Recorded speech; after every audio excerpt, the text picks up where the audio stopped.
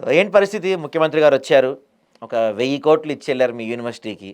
So, ఏంటి అంటే ఎలా అనిపిస్తుంది? 1000 కోట్ల వల్ల యూనివర్సిటీకి రూపురేఖలు మారిపోబోతున్నాయి అనుకుంటున్నారా? యూనివర్సిటీకి మంచి రోజులు రాబోతున్నాయంటారా? మీ ఒపీనియన్ ఏంటసలు? రాష్ట్ర ముఖ్యమంత్రి గారు ఏదైతే ఇయాలొచ్చి ఉస్మానియా యూనివర్సిటీకి 1000 కోట్లని ప్రకటించారో, అవి నాకు నీటి మూటల్లాగా అనిపించినియి. ఎందుకని అంటున్నానంటే, రాష్ట్ర ముఖ్యమంత్రి గారు ఓయూ పర్యటనకి ముందు ఠాగూర్ ఆడిటోరియంకొచ్చారు.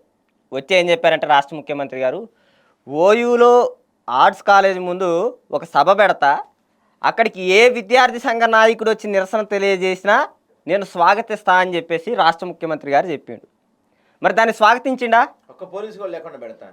ఒక్క పోలీసు లేకుండా కూడా పెడతా అని చెప్పేసి చెప్పిండు ఆయన స్పీచ్‌లో. సరే పోలీసులు అంటే ఆయన బందోబస్తుకి సరే దానికోసం వాడుకున్నాడు అనుకోవచ్చు. ఒక నిరసననే తీసుకోలేని రాష్ట్ర ముఖ్యమంత్రి గారు 1000 కోట్ల రూపాయలని యూనివర్సిటీకి ప్రకటించి దాన్ని సజావుగా జరిగేటట్టు చేస్తారంటే మాత్రం నేను నమ్మదలుచుకోలేను. ఎందుకంటే ఆగస్టు 6 తారీఖో, 7 తారీఖో వచ్చిన రాష్ట్ర ముఖ్యమంత్రి గారు 3 నెలల వ్యవధిలోనో, 2 నెలల వ్యవధిలోనో ఇచ్చిన మాటను నిలబెట్టుకోలేని రాష్ట్ర ముఖ్యమంత్రి గారు ఇప్పుడు ఏదైతే 1000 కోట్లు అంటాడో వాటిని నిలబెట్టుకుంటాడనే అయితే నమ్మకం అయితే నాకు లేదు. ఎందుకని చెప్తున్నంటే రాష్ట్ర ముఖ్యమంత్రి గారు ఠాగూర్ ఆడిటోరియంకు వచ్చి వెళ్ళిన 4గో రోజే ఆహారంలో ఫుడ్లో పురుగులు వచ్చినాయి. ఫుడ్లో పురుగులు వచ్చి ఉస్మానియా యూనివర్సిటీలో ఆహారంలో పురుగులు వచ్చినాయి అని ధర్నాలు చేశారు.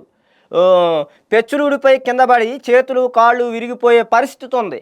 మరియు అలాగే ఇప్పుడు ఏదైతే ఆయన చెప్పుకొస్తుండో ఉస్మానియా పరిధిలో ఉన్న యూనివర్సిటీ హాస్టల్స్ ఏదైతే ఉన్నాయో, నిజాం కాలేజు గర్ల్స్కి హాస్టల్ ఇవ్వట్లా, సెల్ఫ్ ఫైనాన్స్ వాళ్ళకి హాస్టల్ ఇట్లా, సైఫాబాద్ వాళ్ళకి ఇట్లా కోర్సు ఫీజులు సంబంధించి ఏదైతే ఉందో ప్రైవేట్ కాలేజీలు లెక్క 14,000 ముందు కట్టండి, 20,000 ముందు కట్టండి, 30,000 ముందు కట్టండి, మీకు సర్టిఫికేట్లు ఇవ్వాలంటే ₹1,00,000 డబ్బులు కట్టండి, స్కాలర్షిప్లు పడలేదని చెప్పి రాష్ట్ర ముఖ్యమంత్రి గారు 1000 కోట్లు చేస్తాడని నేను ఎలా అంటున్నా?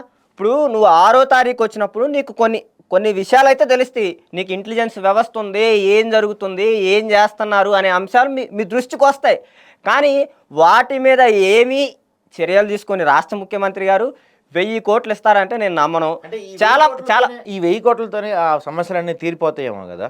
అన్న ఉస్మానియా యూనివర్సిటీకి 1000 కోట్ల ప్రధాన సమస్యో లేకపోతే 1,00,000 కోట్లో కావాల్సిన అవసరం లేదన్న. ఉస్మానియా యూనివర్సిటీలో ఉన్న విద్యార్థులు, నిరుద్యోగుల ఆకాంక్షలు ఏంటంటే ఉద్యోగాలు వేస్తే చదువుకొని మా జీవితాన్ని మార్చుకుంటాం అనే పందాలో ఉన్నారు.